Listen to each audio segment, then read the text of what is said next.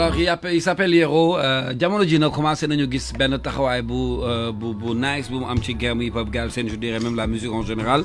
On a le plaisir de le recevoir pour une deuxième fois. Pourquoi? Parce que dañu bëgg waxtaan un peu faire le bilan de cette production et puis parler ci collabo bu bees bi nga xam ne mujjee na ko def ak Arafat bu Akhlou Brick. Mr Yero, salaamaaleykum. waaleykum salaam. maa ngi lay bëggee. maa ngi lay bëggee yow tamit. ça va di nga kuulee noonu musicalement noonu nga dangereux. Les gens apprécient, hein. Je vois déjà le message de Mokhtar Senghor sur Facebook qui dit bienvenue Yoro. Ma baa na nga nuyu waa Sénégal ak gars yi lay déglu sur RFM ak suñu fréquence yi un peu partout. maa ngi nuyu ñëpp ñuy déglu ak ñëpp ñuy seetaan. J'espère que yéen a ngi si jàmm. maa ngi ñëw fii pour waxtaan ak Kaz. Merci pour ton invitation. jaajëf. On y va. Alors depuis un moment, comme je disais tout à l'heure, il y a 9 mois bi nga génnee sa benn production. Tu commences petit à petit di jël benn espace ci cercle bi nga xam ne bu ñu daan tudd tey yenn artistes yi daaw ci bokk. Et aujourd'hui forcément quand on parle de ces derniers singles yi génn cartonné ñëpp di ko fowee sur TikTok, sur Insta, sur les réseaux, forcément da nga ci boole bu Yero ak Days Arafat bu Akhlou Brick. Alors qu'est-ce qui s'est passé, ce plan de travail là? Est-ce que ça a été travaillé bien avant même ngay démarrer sa carrière musicale ou c'est venu naturellement? Déjà ça vient naturellement avec mes propres sensations. Mais man prévoir naa lépp en fait, tu vois. Après est-ce que dina doxee comme ni ma ko bëggee? Peut-être pas forcément. Mais c'est si benn ligne laa nekk boo xam ne dama koy jéem a bañ a wàcc quoi. C'est-à-dire que tu as une vision de ce que tu fais. Oui. Très large vision. C'était quand? C'était dès le départ ou? Dès le départ bi ma xamee que ni damaa bëgg def carrière musicale. xam naa exactement fi ma bëgg jaar. Après bon lépp mbiru yàlla la quoi. Justement moom mooy xool naka yow li sa nga bëgg ak moom fi mu lay yóbbu. mais sinon ouais, tout a été déjà calculé, on est sur la même ligne. Après ni ñuy fekk si mooy équipe bi di compléter au fur et à mesure quoi, ouais. Et oui c'est ça. Voilà, quand j'entends par exemple le titre Gaïndé qui retrace un peu l'histoire, est-ce que ça rejoint fi nga toll nii si sa carrière? C'est-à-dire que bàyyi lii pour lii wala lii la ñu foogoon ni foofu ngay génn te génnoo foofu. On pensait quand même que da ngay nekk aujourd'hui benn joueur buy représenter le Sénégal. C'est vrai qu'après la passion s'est imposée sur toi. Noonu laa ko mën a woowee. Gaïndé ça colle un peu à l'histoire de Yero. Gaïndé c'est le début de l'histoire. C'est le début de l'histoire. C'est le début de l'histoire mooy fi ngay footballé bàyyi football bi nga daan jàng école bi nga nekkee boy et finalement nga ñëw si musique bi. wax ni tamit musique bi. musique bi la arène ba may jéem beneen page buy ubbeeku la. ok. wax ni tamit musique bi du arène bu ma tollal ba may jéem a bàkku. mais est-ce que c'est ñaari yoon yu nuroo la wala non? ñaari yoon nuroo la parce que sooy def sport au niveau ak ngay def musique su fekkee da nga si bëgg arriver c'est la même chose quoi. Parce que da nga war a travailler tout le temps. Sans relâche. 24 heures sur 24. Et ñaar yëpp dafa mel ni passion moo la ciy poussé. Exactement ba pare ñaar yëpp dañoo fiir ça veut dire mënoo ko boole ak leneen. Non, tu vois, justement. Tu vois, il faut nga koy def à fond. Et alors t'as senti un peu une différence entre les deux bi nga nekkee ci bi nekk ci bële? waaw. tuuti wala. C'est quoi exactement cette différence? Que booy bëgg football. Mais day am ay obstacles yoo xam ni lii nii genre xam nga ni peut-être du forcément sa yoon, tu vois. Alors que bi ngay ñëw ci musique bi en peu de temps nga commencé am ay petits résultats et tout ça, tu te dis mais genre c'est ça quoi. Mais maintenant du ay petits résultats de parce que là aujourd'hui ça commence mais carrément c'est devenu très sérieux, c'est devenu professionnel. En voyant par exemple lii ñu génnee nii alors que man en interne je sais que ni denc nga lu gën a graaw lii ça veut dire que c'est devenu comme on dit un métier. Ouais. Après c'est devenu un métier. Je suis qu'au début pour l'instant. En espérant que ça soit vraiment un truc qui paye les factures. Mais là moo tax ngay bëgg a jouer tout le temps cette modestie boobu de dire que oui c'est un début mi ngi ñëw ndànk defaguma dara. Alors que instant bi yaa ngi jaar mais yaa ngi ci xëccoo bi. maa ngi ci xëccoo bi moom parce que faa ma xëccoo ko mu ñëw mais affaire bi mooy on est toujours au début parce que tey man fii star yu mag yi nekk. simplicité la wala je comprends pas pourquoi. peut-être tamit jàppee woo affaire yi dara. Non peut-être tamit vision la parce que peut-être fi may teg sama bët moo sori tellement que lii nii nekkagul dara. Par rapport à ce que tu as envie de faire. Voilà, en espérant que sama étoile nekk si. parce que lépp affaire étoile la. léegi faisons un peu le bilan de cette production. Et puis pro album mixtape I don't know nu ñu ko mën a woowee. en tout cas c'est un album. Faisons un peu le bilan. En termes de retour. en termes de lan la andil ci résultat. positionnement. financièrement. quand tu fais le bilan de cette production ban bilan nga koy jox. assez bon bilan parce que niveau retour c'était trop bien dañ ma doon naan sax bu ma génnee album parce que ma génnee son yi benn par benn parce que daa bëri ay it ci diggante bi et mais sinon man en fait retour nit ñi ñoo gënoon important tu vois parce que nit ñi ngay woyal de toute façon tu vois et. te nit ñooñu ñu ngi la koy delloo. ñoo ngi ma koy delloo. yes c'est bu baax. ñu ngi koy delloo alors difficile de vouloir faire de la musique. ci milieu bi ñu nekk Sénégal. alors que tu n'es pas là ça je m'explique mooy nekkoo fii yaa ngi bitim réew. bientôt inchallah tu retournes en France. Comment tu fais pour pouvoir gérer tout ça là parce que on a constaté bi ngay génnee production bi xëy na yàggee woon fi nii. cette fois-ci yàgg nga fi. en termes de production gën nga liggéey. comment tu fais pour mën a réussir loolu. qu'est-ce qui est derrière il y a une équipe comme nooy liggéeyee. il y a une équipe derrière qui gère tout sur les sorties et tout quand je suis pas là mais man su ma nekkee Dakar 24 heures sur 24 damay liggéey. duñ la may dara de 24 heures sur 24 damay liggéey. tous les jours sans arrêt. ça veut dire sur 3 ou 4 mois amul benn jour boo xam ne damay noppaliku te su ma feebaree sax mënuma woy sax damay dem studio pour xool leneen lu ma def. mais comment tu fais. c'est-à-dire que pour mën gérer loolu. mais coono bi dugg bi génn bi. alors mais kon yow amoo temps aux vacances. man gëj naa vacances de bu ma commencé carrière ba léegi vacances vacances bi dañ ko sacrifier léegi. non vacances yëpp laa sacrifier. en tout cas on te félicite sur ça. mais revenons parce que bëgguma dugg ci single bi. dama bëgg a des ci album bi tuuti. le style c'était pas évident pour qu'on accepte ton style. c'est un style un peu très rare. ci artistes yi fii Sénégal gisuma sax ku ma lay tëkkaleel. ci bind bi. plume bu nice nga yor. et je rappelle que yaay bindal sa bopp. merci bind bi. Babacar Ndour xam na li may wax. xam nga il connaît pas nee na ma booy bi dafa mën bind. ci bind bi. ça c'est un. deuxième chose ci arrangement bi ak la qualité du son. mais ci kuy doog a tàmbali comme tu viens de dire sa première production. c'est pas évident quand même ça c'est une réussite il faut le dire. est-ce que ça nous donne raison sur no waa ji ay affaire am maanaam li mu nekkul Sénégal moo tax mu am cette qualité là est-ce que bu nekkoon Sénégal dina ko am comment est-ce que loolu da nga koy nangu. mais ma wax la benn affaire. waaw. aw ma benn son bu mu mës a def te dafa réew ma ko Sénégal. lépp fii nga ko defee. lépp. gars yi pour ñoom Sony ak yooyu nga ko joobee. non non egguma foofu. Avec qui par exemple? Avec quel beatmaker? Avec quel technicien? Comment tu fais d'habitude? Par exemple, cet album, il y avait 4 beatmakers. Is, Brill, Davy et Prophet. Mais Is m'a mixé, masterisé projet, sauf 2 sons, il y a Brill, moi, tu vois.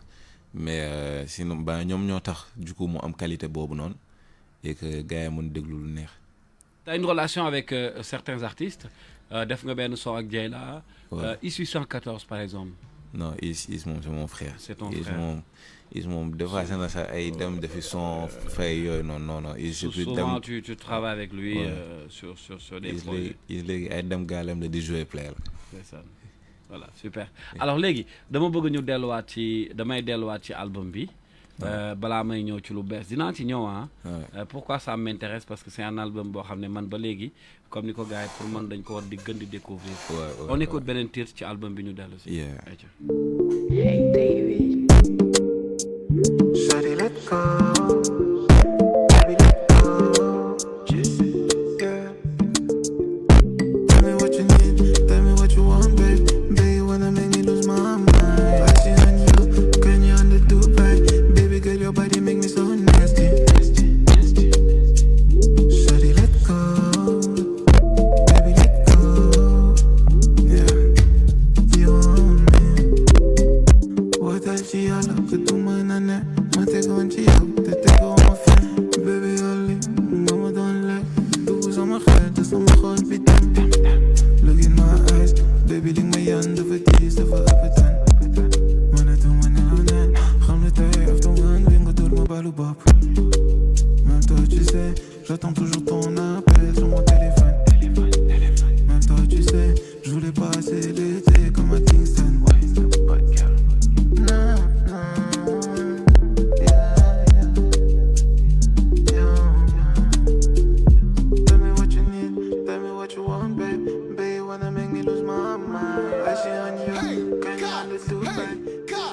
make me so nasty, nasty, nasty. Shawty, let go. Baby, let's go. Yeah. You want me. Tell me what you need. Tell me what you want, babe. Babe, you wanna make me lose my mind. I see on you. Can you on the Dubai? Baby girl, your body make me so nasty, nasty, nasty. Shawty, let go. Baby, let go. Yeah. You want me. Tell me what you need. Tell me what you do, but yeah. Don't go away from me. Y'a me fait que fume un écon. Et que tu me, baby, oh la me. Aïe, j'irai pas ailleurs. You know my girl ain't nobody but you. Aïe, j'irai pas ailleurs. You know my girl ain't nobody but you. One time, let me tell you one time. Y'a toutes ces bitches, mais non pas ta classe. Faut que pas check mon temps, ma rôle, y'a fini. Personne ne viendra prendre ta place, oui. Yeah. Dis-moi si c'est mort, dis-moi. Que je fasse mes valises en vitesse. Tu m'as laissé au point mort, dis-moi. Si je suis mené au score, tu m'as. Tell me what you need, tell me what you want, babe. Babe, you wanna make me lose my mind. I see on you, can you on the Dubai? Baby girl, your body make me so nasty, nasty, nasty. Shawty, let go. Baby, let go. Yeah, you want me. Babe, you wanna make me lose. Alors Yara, fi mu bëgg ñu dugg un peu si waxtaan bi c'est entrer un peu dans le débat de la musique surtout du hip-hop Galsen. Bonne vision nga am si affaire yi ni muy doxee. C'est vrai que quand tu es dans la musique ça n'empêche pas d'écouter les autres, de regarder ce qui se passe sur la toile. Ban gis-gis nga am si li gars yi di def en général, surtout de ta génération par exemple. Sama génération daa bëri talent de. Am na ay talent de Il y a énormément de talent. mais nekkoo ci ak clash ak kenn de Non. jotewu leen dara de ñun bëggee la ñuy woy. non dama bëggoon xool rek ndax lépp jàmm. ñun.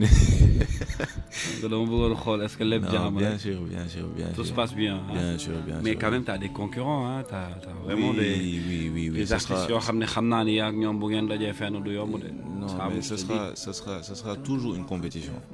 Parce que dans tous les cas, affaire bi moom waroo may kenn mu ëppale la ci quoi. Après tout dans le genre le boo nee waroo may kenn mu ëppale la tu parles de quel ci ban sens ngay waxee.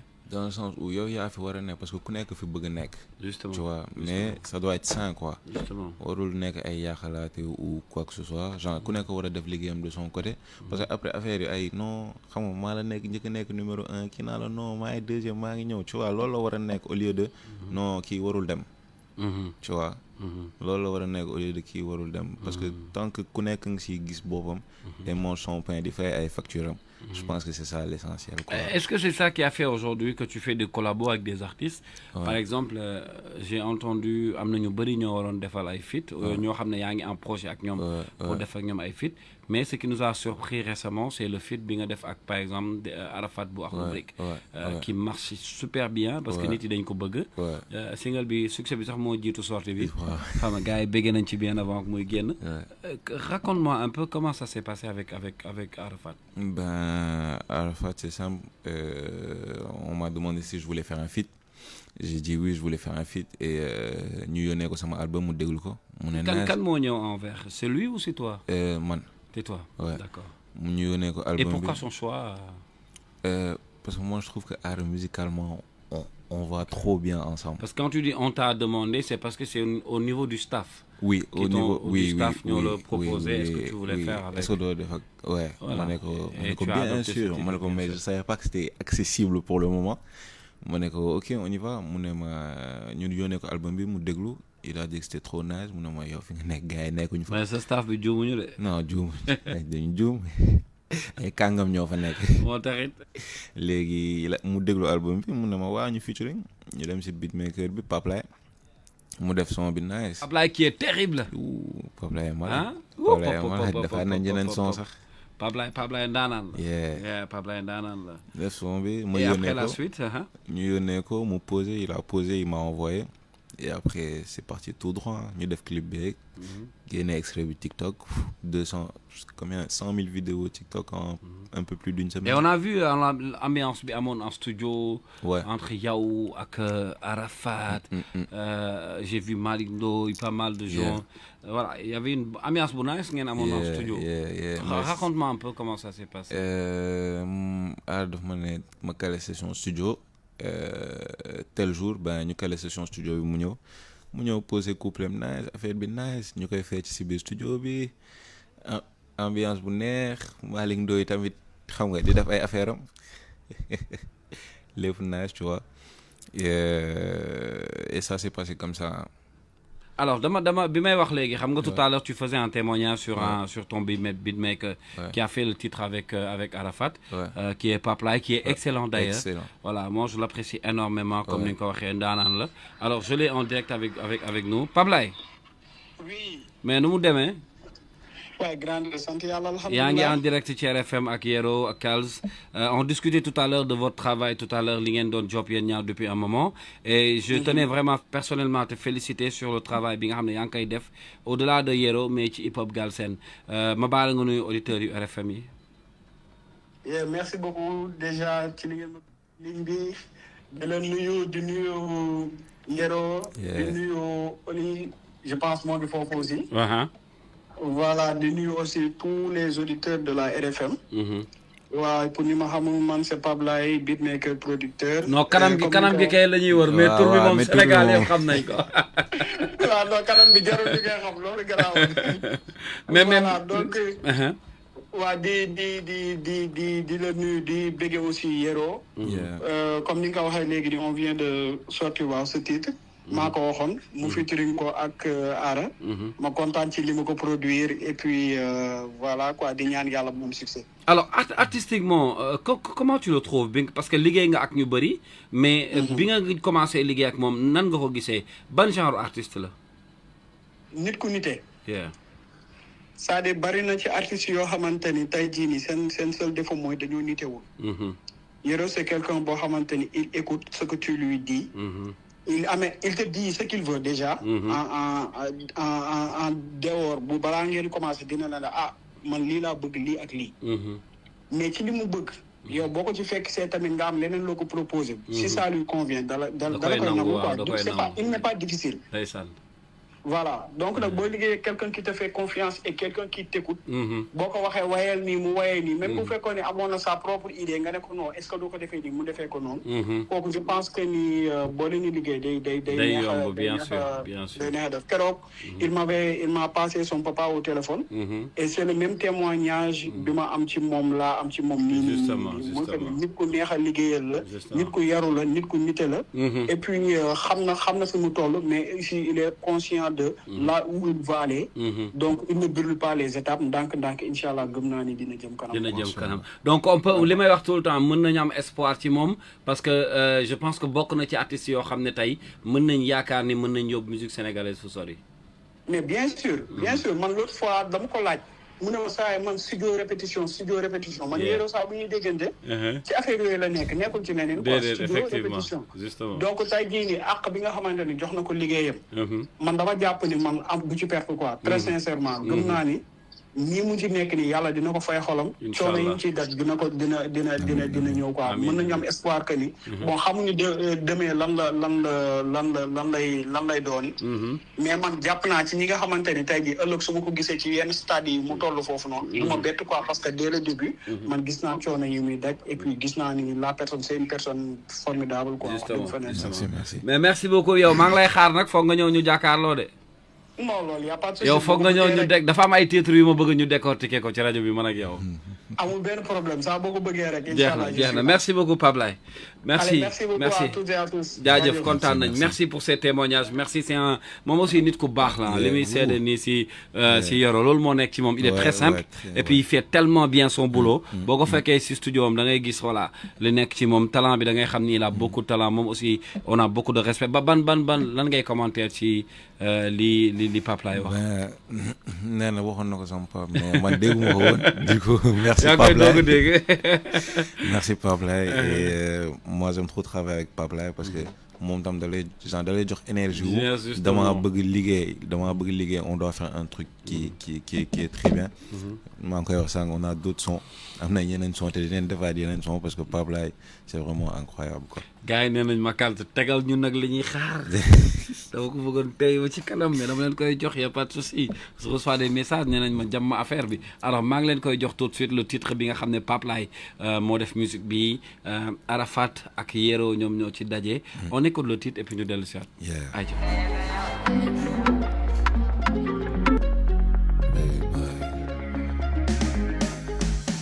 Tous les jours je pense à nous, au plus beau jour de ma vie. Dans ta jolie robe mon amour, ton visage qui scintille. I wanna look at the name, lead you to believe. Then go your dream, baby, time on your knee. Don't miss my wife, don't miss my guy. Feel your juke, sorry baby, oh my safari. I need you, don't do that. Takanako, sama guru, I need my takanako. Mako wahon bebe, takanala. Luwai wahon machete, luwai takanako. You don't do that. Takanako, sama guru, I need my takanako. Mako wahon bebe, takanala. Luwai wahon machete, luwai takanako. Bal coffee cup. Nah lu ma daw yaa ma gën a gaaw yow lay taw bébé jiitu ma nga raw ma maa ngi si ginnaaw topp si ginnaaw naa la xaar arika bu ñëwee yottal ma sa coon ak maa xam ni fi ngay jaar di nga def toj waaye yow yoroo xolu tooñ ma ku am moom it da nga koy yab nga yabaale réew yab nga xale bu fii client bu mat client la bu amaale caprice am nga gan boo dul yàqale ñëppay raate mbir naan si la wala naan si des naan laale tartiis takk naa ko sama guru ay ni baa ngi takk naa ko maa ko waxoon bébé takk naa la lu waay waxoon na ca dellu waay takk naa ko coow li nag lii moo ko andi fan yi son bi moo andi coow li andi wax li wax ji yëpp fii la nekk fan yi lu waay waxoon na ca dellu waay takk naa ko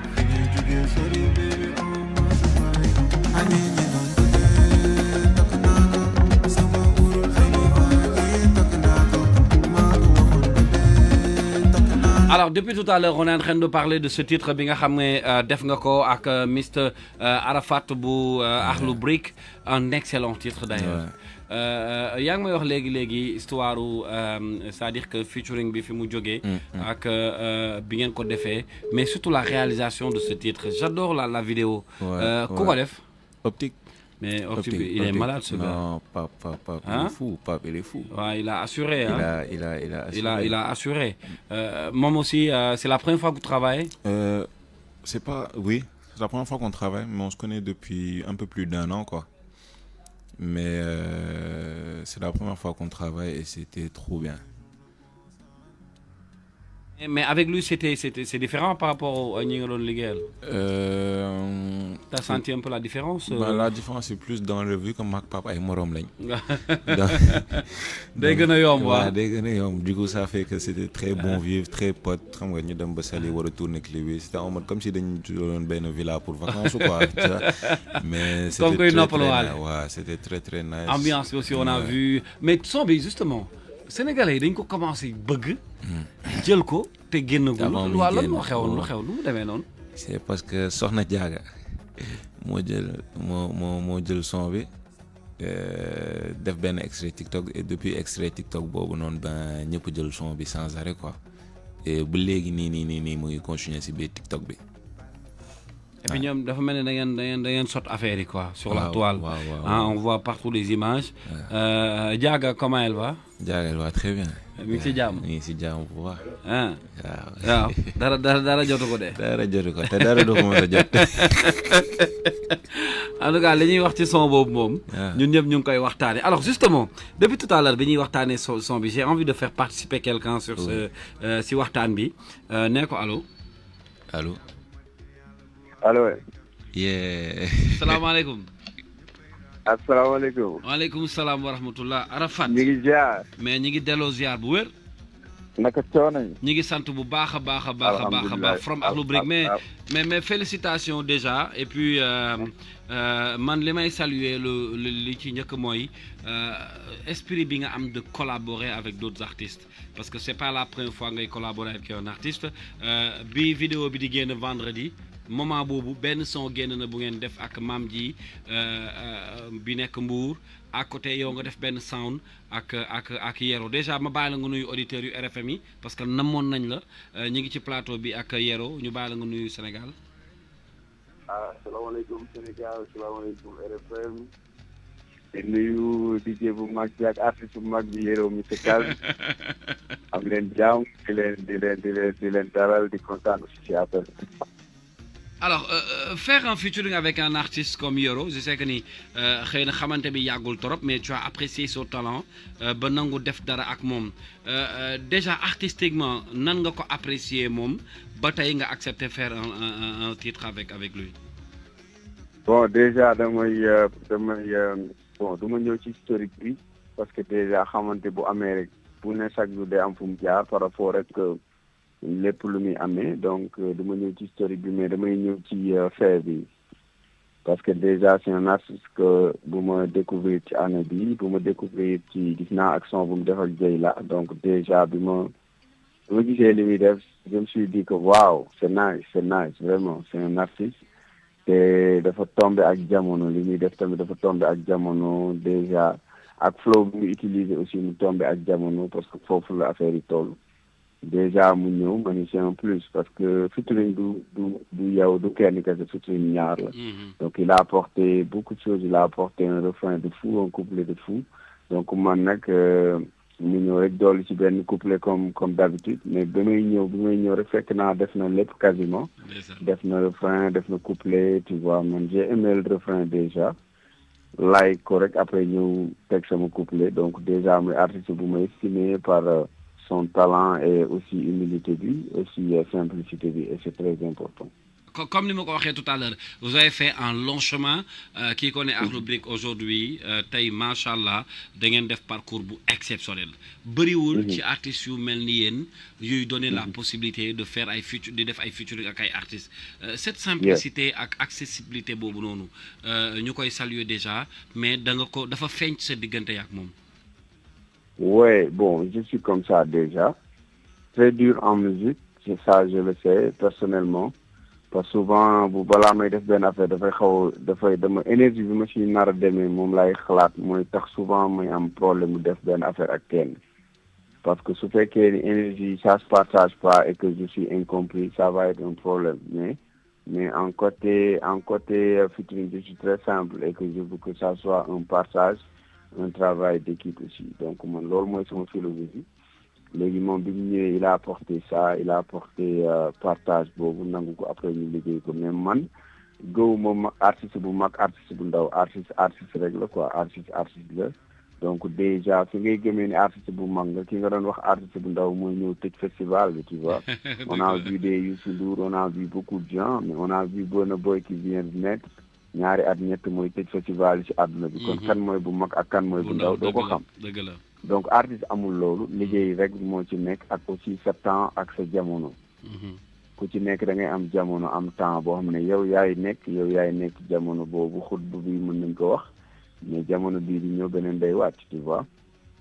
donc loolu moo waral man gëwuma philosophie artiste bu mag on est artiste je peux être là au Sénégal def carrière 10 ans 20 ans ma jékki-jékki aux yeux du monde je suis un nouveau artiste ñu may boole ci catégorie new artiste tu vois.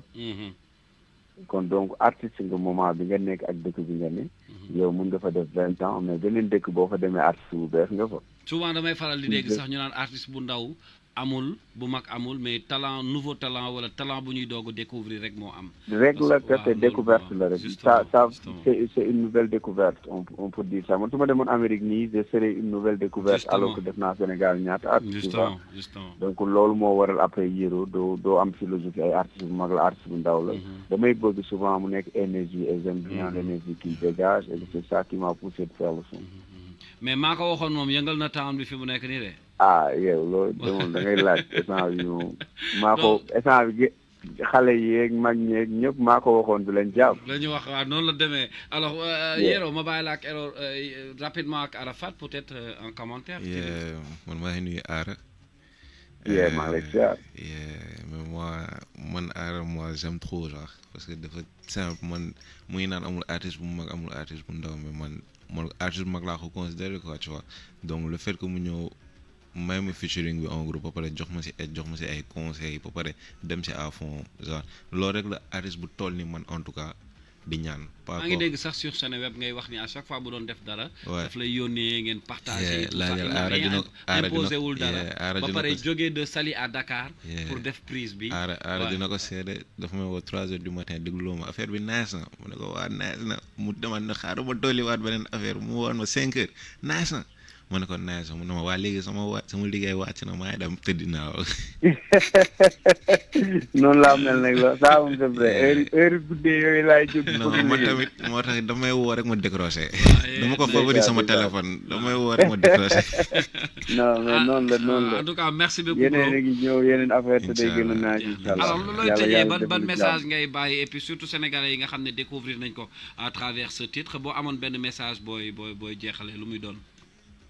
waaw bon man maa ngi nuyuwaat ñëpp di kontaan ci auditrice RFM bi di wax que ni aussi kontaan naa ci appel bi li may wax rek mooy que ni nañ gën a dem gën a streamer son bi parce que loolu la sénégalais yi soxla souvent je le dis et je le répète il faut que sénégalais yi jàpp ni wala ñu xam ni artiste bu la génneel benn titre boo ko laajee il faut tout le temps aller streamer tu vois.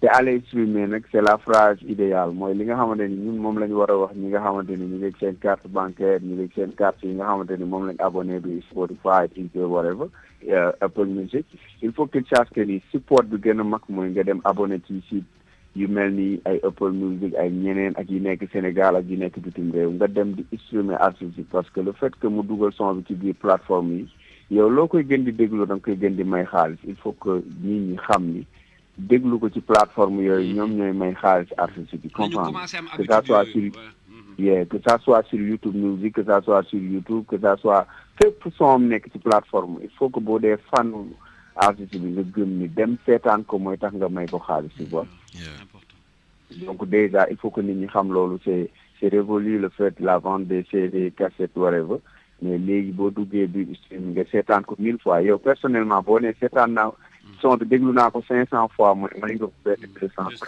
wala benn €200 tu vois.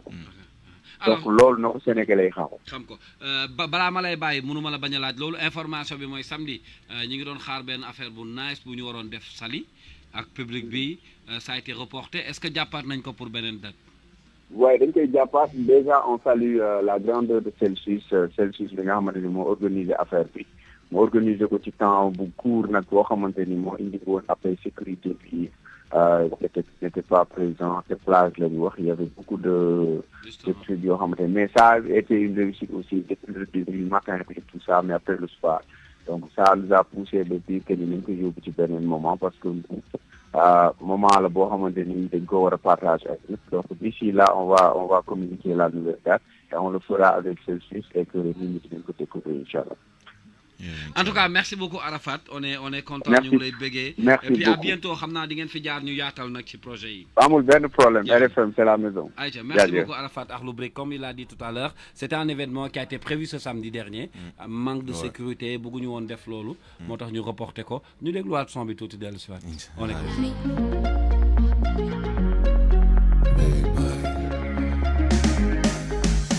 Tous les jours je pense à nous, au plus beau jour de ma vie. Dans ta jolie robe mon amour, ton visage qui est sincère. I wanna look at the name, leave you to believe. Then go your dream, baby, time on your knee. Don't miss out my wife, don't miss out my guy. Feel you get sorry, baby, oh my safari.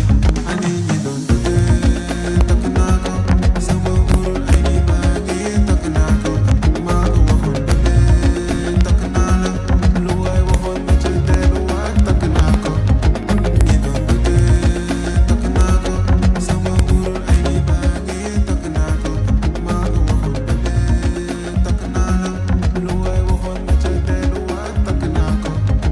Bal mi toog di toog ndax lu ma daw yaa ma gën a gaaw yow lay toog bébé jiitu ma nga raw ma maa ngi si ginnaaw toog si ginnaaw naa la xaar arika boo ñëwee yottal ma sa coon ak maa xam ni fi ngay jaar di nga def toj waaye yow yoroo xolu tooñ ma ku am moom it da nga koy yeb nga yebaale réew yeb nga xale bu fii client bu mat client la bu amaale caprice am nga gan boo dul yàqale ñëppay raate mbir naan si lëwal naan si des naan la la tarxiis takk naa ko sama gurul ay ni maa ngi takk naa ko maa ko waxoon bébé takk naa la lu waay waxoon na ca delluwaat takk En tout cas, on reçoit beaucoup de messages de félicitations, d'encouragement sur ce titre.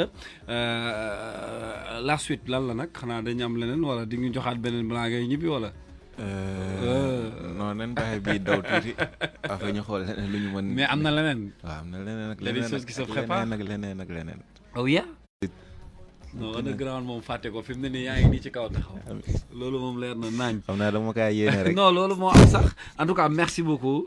On a reçu pas mal de messages gars ñi ngi encouragé ñi ngi kiffé surtout son bi nga mujjee def ak Arafat. Ara wax na ko ça a été un plaisir pour moom def ko. et en espérant que yéen aussi dinañ leen gis ngeen dajewaat pour d'autres titres. bien sûr et puis ni nga ko defee est-ce que ni nga ko defee ak Ara mën nga ko defee ak ñeneen c'est prévu. bien sûr man pour man collaboration. mais say son moom sentir naa ci jigéen ñi de ay Mia gise fii.